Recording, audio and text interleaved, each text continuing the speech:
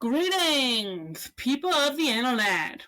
It is I, that Canadian fangirl, back again for another new episode of bringing you red hot news and excitement for this week of anime and pop culture excitement.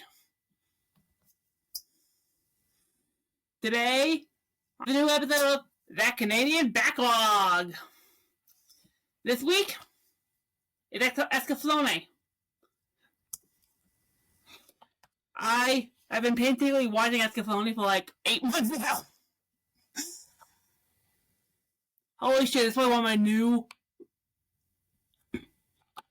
I'm gonna say this, I kind of wish I would have finished it for my top 32 favorite animes, because this would have easily made the list. Escaflowne has always been a show that's been on my radar, because people have talked about Escaflowne. So it's like, you know what, I gotta see it. It was available for Blu-ray in the Crunchyroll store. Picked it up.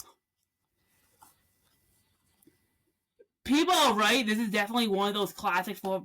I mean... Literally, it says classic on the Blu-ray. Like, even they know. But yeah, this is one of those classic anime that deserves its reputation.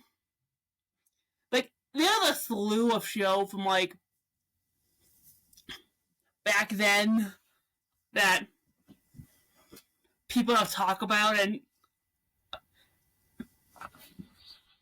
I don't know, maybe I don't know. I'm not saying that because anime is dead, far from it, because we are in an anime golden age right now. Holy shit! I'm sitting there at the summer season, at summer 2025 is wrapping. It's like, well, hopefully we're gonna have a slow season. It's like, wait, I know what's coming out in fall. We are not having a slow fall. That being said, I miss back in the day, and I kind of wish I watched more anime back in the early 2000s, but I was probably too young. When you got anime like Escaflowne, well, it's like, the anime looked good, it was meaningful, it had, strong, well-developed characters. And that was really it. I doubt we get an anime as good as Escaflowne nowadays, because they don't make anime like this anymore.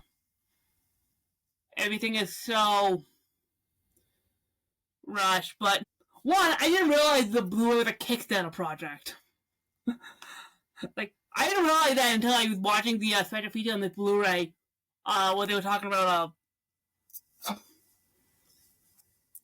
when they were talking about bringing Escaflowne back. It's like, wait, the Blu-ray was a Kickstarter from Funimation? Funimation Kickstarted getting Escaflowne on Blu-ray?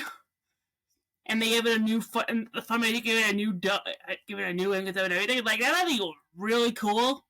That Funimation felt so strong about Escaflowne that and people wanted Escaflowne to come back for a new generation. Because definitely putting it on Blu-ray means a whole new audience of people can see it.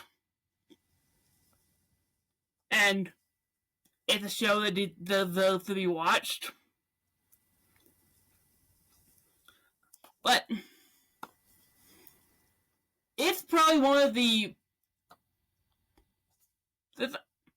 a good shoujo action romance series that we don't get anymore, because Isekai has evolved so much from the era of Escaflowne that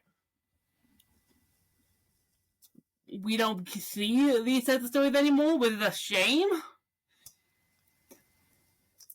But this is the story of how Otome is whisked away to this world called Gaia, and then meets Vaughn and Ellen and all these people on Gaia, and there's this adventure she gets swept up into while trying to get back home to Earth.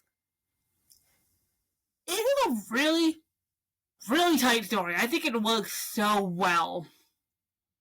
And, I mean... Isekai everyone's like, oh, they're gonna do it. Like, Isekai's been a thing since like the 1800s. Like, Isekai's not a Japanese thing, and I miss when Isekais look like Escaflowne. Well, on top of being female led, the idea of I want to go back to Earth was more common. It's like,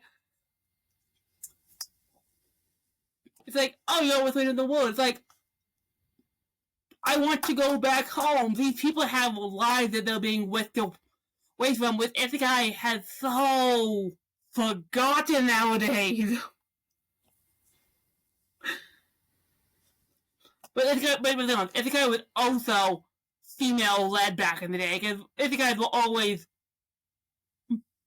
about high school girls getting whisked off into fantasy worlds and being surrounded by hot guys.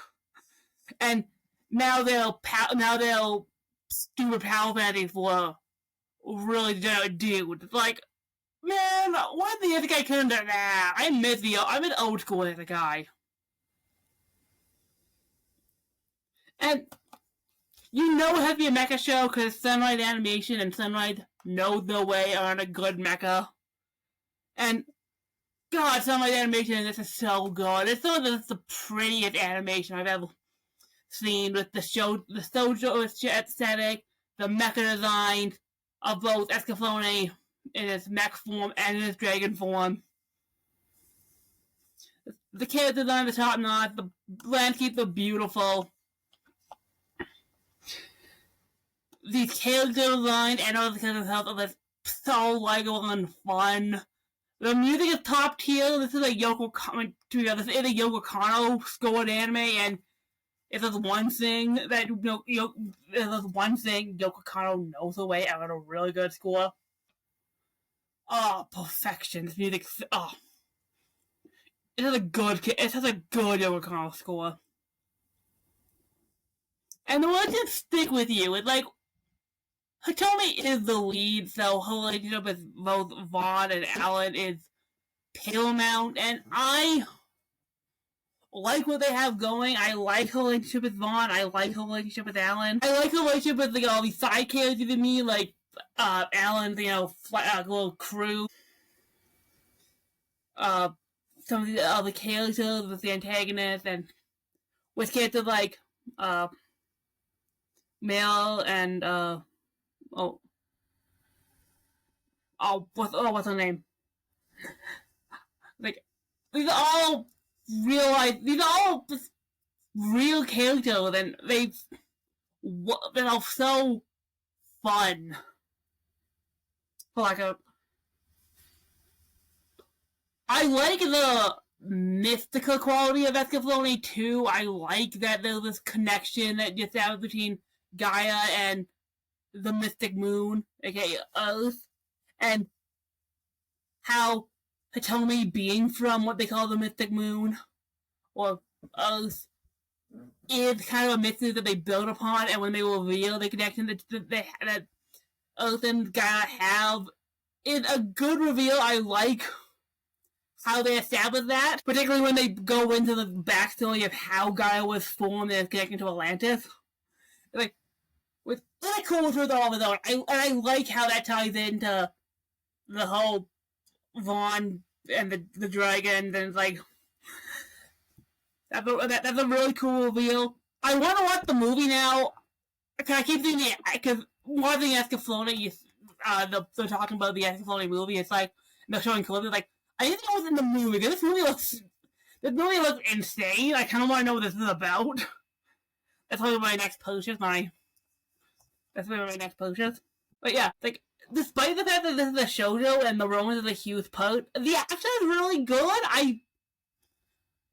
It's like the Guy designs are really cool, and there's some really intense action of like mecha on mecha fight on these Guy fights, mixing in with this really charming romance that just works.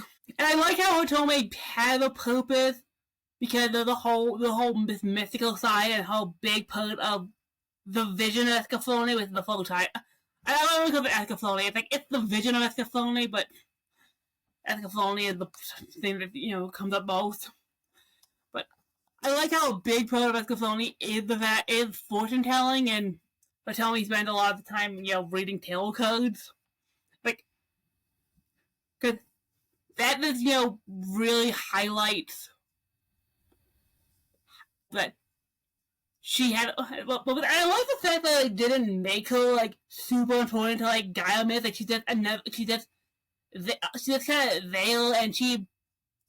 I like that. They don't make her like super important on Gaia, where it's like, no, she's just a girl from Earth.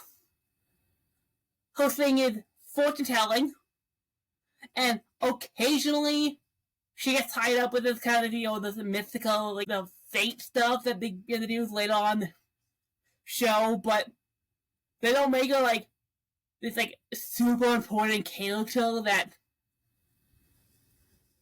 to basically show that she can stay on Gaia. It's like, no, at the end of the day, she's from Earth. She wants to go home from Earth. She has a life. And I do like they tie it in with her pendant that's she had from her grandmother, and they tie in they tie in some of her grandmother to Alan's father, which is a nice detail that is a nice little bit of background, but they don't do anything. But it's a nice little bit of background, but it's not like super obvious.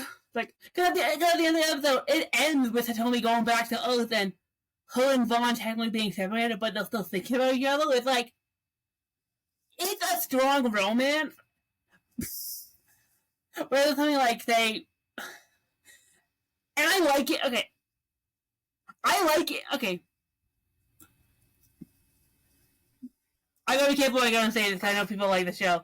It's not like Inuyasha. I like Inuyasha. But it's not like Kagome and Inuyasha who willingly goes back to feudal Japan to be with Inuyasha. It's like, I mean, I get it, her and Inuyasha, and that's the point of that show. Like, that's their love story, but it's like, she gave up a good chunk of her life to live in feudal Japan. It's like, I like the fact that Hitomi is like, alright, I could stay on Gaia, but I want to go home. I could stay on Gaia with Vaughn, but it's like, I want to go home. And Vaughn's like totally okay with that. It's like, you know what? Good on you. I know, unlike Inuyasha, Escaflowne a quick 26 episodes. They don't drag out just for like way too long. I'll probably do an Inuyasha episode at one point. Like Inuyasha on the shelf back there. You just chilling. But yeah, I guess it's topical because both shows came out like around the same time, so I guess that was a big thing. But yeah, I like that. I know. I just find it refreshing that Hitomi's role is not. They don't make her like this super important like mystical sage who like tells the time of the war. She's just there. And I also really like the antagonist of Escaflowne. One, I like how fleshed out Gaia is as a world. Well, you have these kingdoms. You have Finea with his Vaughn's country, well, he's king, and then you have this empire, and then you have the other kingdoms, and the names are really complicated too. So, but I like how they all kind of like everyone's against the empire, but like the lingering alliances with the empire and like some of the other kingdoms and Phoenicia was like been destroyed by the empire. Kind of, doesn't have to really think alliances with everyone else because they don't want to break alliances with the empire. It's like, I don't know, there's some another thing, there's some really good intrigue there that works. And I like how the fact that the Empire, you have Deacon Bauer, who's just a fun antagonist. He's just so this chaotic bundle of energy that I'm here. I'm gonna start a one. His whole kind of army that's completely on Deacon Bauer's side. Like, yeah, we support you. And then then they completely decimated by Vaughn and Deacon Bauer freaking out. And too about the reveal of Deacon Bauer is a good reveal. And you notice something when you keep having the weird flashbacks where it's like, okay, something's up with this guy, but it's cool. And then you have is it Valen? Fallen? Who is, I really like Valen. I think he's a really good antagonist, and when you reveal that the twist about him being Vaughn's elder brother who betrayed his kingdom to be like a second half of the Empire and had a hand in wiping out his former hope. It makes a good back and forth between him and Vaughn, which I really like, and the entertainment of the show is so fun to watch.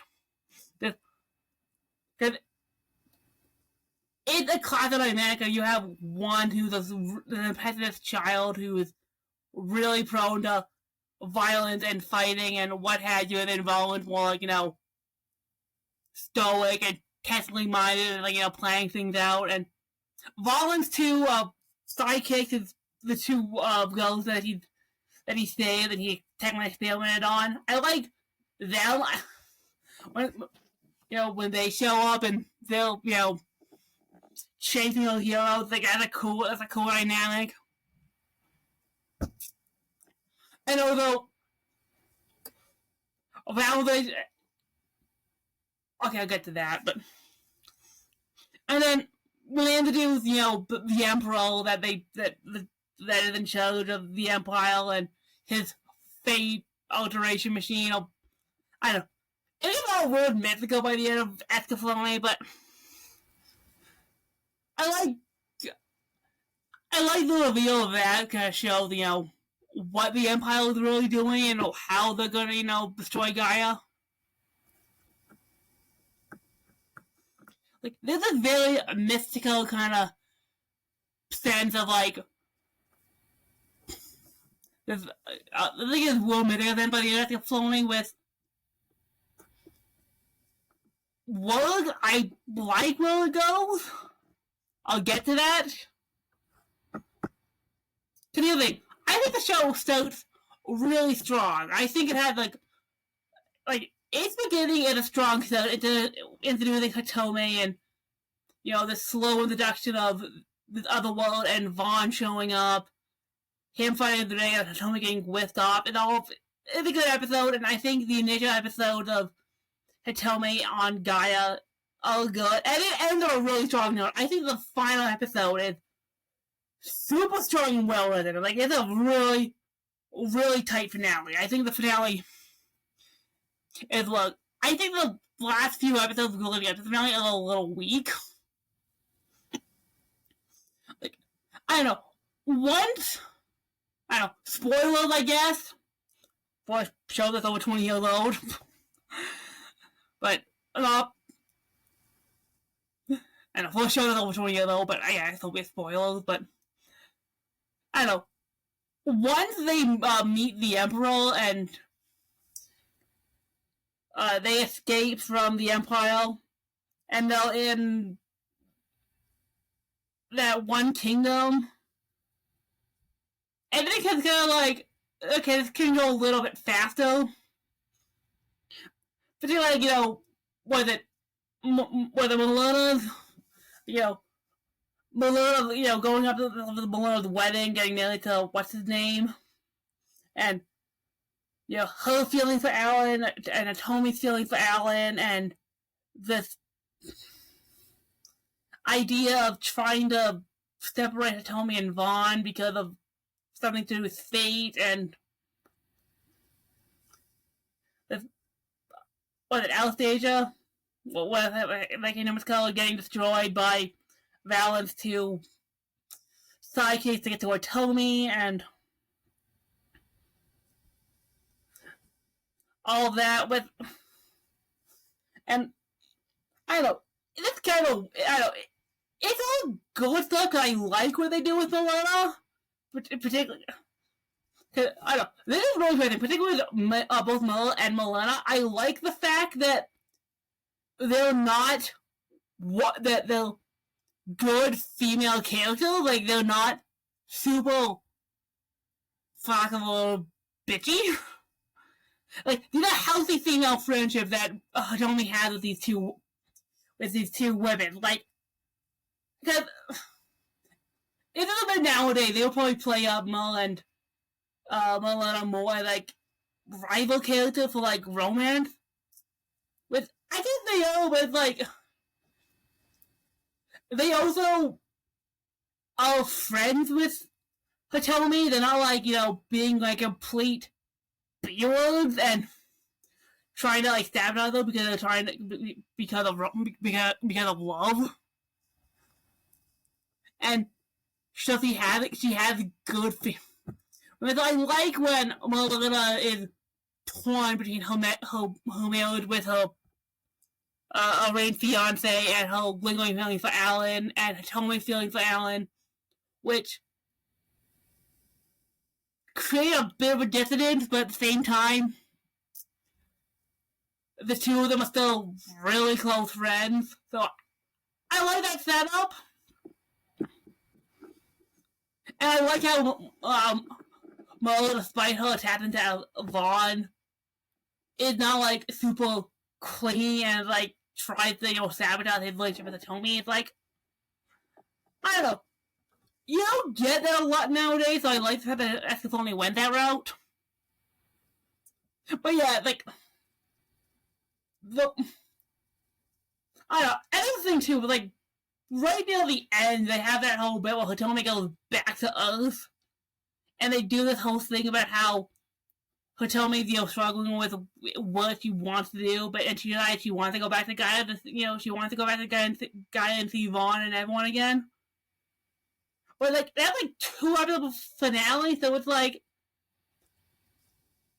this is, like, it's a good episode, but then, like, you have an episode where, like, they'll fight the Empire, and that's the finale, which is, again, super tight. So it's, like, I don't know, I feel like the ending is kind of weak. I feel like the last few episodes leading up to the finale are kind of weak, but, like, there's all some good stuff touched there, and I like what they do. I also like the male friendship. I like the fact that there's some good relationships between the guys. They're not, like, super bro-y. And I like Hitomi and Vaughn as a couple. I like the realization that the two of them like each other in a romantic sense. I like that. I like the realization that the two of them have on several occasions, but the two of them realize we like each other, and I think they have a good relationship. I like the journey that both Hitomi and Vaughn go on, and I like that Alan's a good platonic friendship for both. Like they don't third wheel him. They don't third wheel him. He gets his own happy ending because it's like his own happy ending. Like, what's he gonna sit the back technically? I don't know. Maybe the movie fled out on that, but like, okay, well, who's gonna sit the back?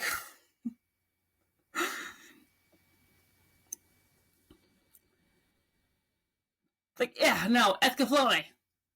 It is a people talk. There's good reasons why I think Escaflowne is still talked about, because it is a timeless classic. I think it deserves a lot of what I think it deserves to be as one of those classic shows. Hang on, I'm gonna let me see if I can find my. Let me see if I can find my. Let's see if I can find my list. There it is.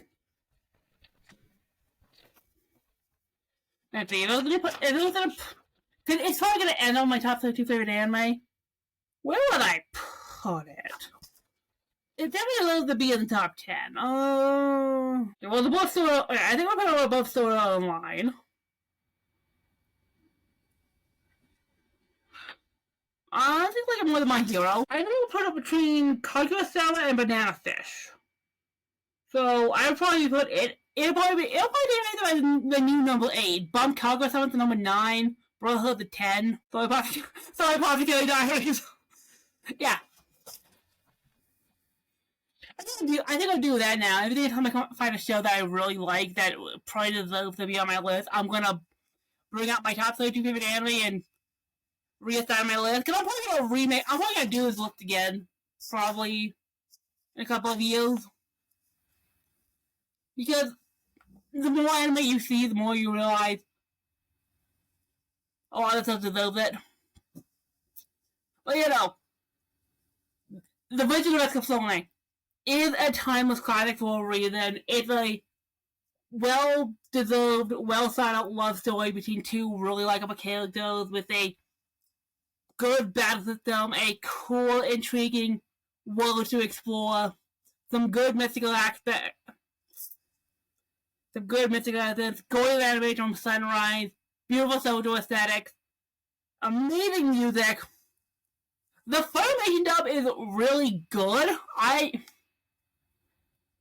They have both English dubs on this thing. Because Funimation redubbed it for the Blu-ray, and the Funimation dub is really good. Probably if I'm gonna rewatch it again, I probably watch the original dub to see what the original dub did. And although I can listen to it in Japanese, because I'm sure the Japanese is probably really good. But yeah, thanks for joining me on another look at my backlog. I really, really like my backlog series. I think it's some of my favorite episodes to do. Because I just like going through old school anime and talking about shows that I've been, blind spot to my, blind spot. Because there's so much anime out there, there's so much content out there that there's things that I miss. So, we don't have a backlog coming for a while. So, next week will be another anime episode that we'll see about. I gotta watch it. I can do that. Thanks for listening to this week of that Canadian Backlog. Remember to like, follow, and subscribe on Spotify. If you will...